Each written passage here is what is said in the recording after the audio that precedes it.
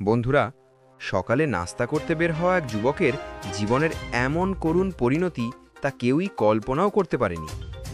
কক্সবাজারের কুতুবদিয়ায় এক ভয়াবহ হত্যাকাণ্ডে স্তব্ধ পুরো এলাকা।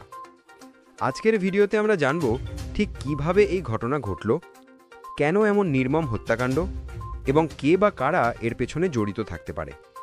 তাই একদম শেষ পর্যন্ত ভিডিওটা দেখুন। আর যদি লাইভ স্কোপ বিডির এমন সত্য ও অনুসন্ধানধর্মী নিউজ পছন্দ করেন তাহলে লাইক দিন, কমেন্ট করুন আর সাবস্ক্রাইব করতে ভুলবেন না। সকালটা ছিল একদম সাধারণ দিনের মতো। রবিবার সকাল 11টার দিকে কুতুবদিয়া উপজেলার কুইয়ারবিল সেন্টার এলাকায় নাস্তা করতে গিয়েছিলেন 27 বছর বয়সী মোস্তফা বাপ্পি। স্থানীয়রা জানান, দোকানে বসে নাস্তা করছিলেন বাপ্পি। হঠাৎই আসে এক ফোন এবং দোকানে উপস্থিত হয় আখতার হোসেন নামের এক ব্যক্তি। সে বাপ্পিকে বাইরে ডেকে নেয়। এরপর কি ঘটে জানেন?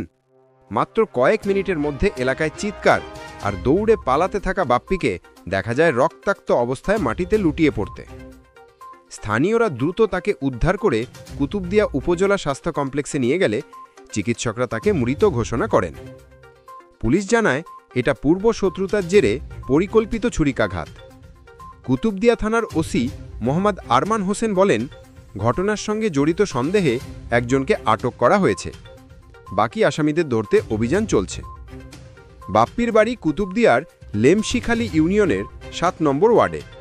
তিনি এলাকার সবাইকে হাসি খুশি মুখে অভ্যর্থনা জানাতেন। কেউ ভাবেনি এমন করুণ পরিণতি তার জন্য অপেক্ষা করছে। পরিবারের দাবি, এটা শুধু হঠাৎ কোনো ঝগড়া নয়, বরং পরিকল্পিত খুন। বন্ধুরা, একটা মুহূর্তেই শেষ হয়ে গেল এক তরুণের জীবন, যে সকালে শুধু নাস্তা করতে বেরিয়েছিল। এমন ঘটনা আর যেন না ঘটে।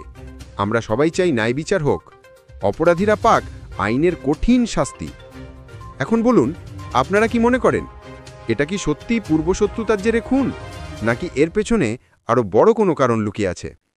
কমেন্টে জানাতে ভুলবেন না। আর এমন বাস্তব নিউজ ও অনুসন্ধান ভিত্তিক প্রতিবেদন পেতে ভিডিওটা লাইক দিন, শেয়ার করুন আর লাইভ স্কোপ বিডি চ্যানেলটা সাবস্ক্রাইব করে পাশে থাকুন।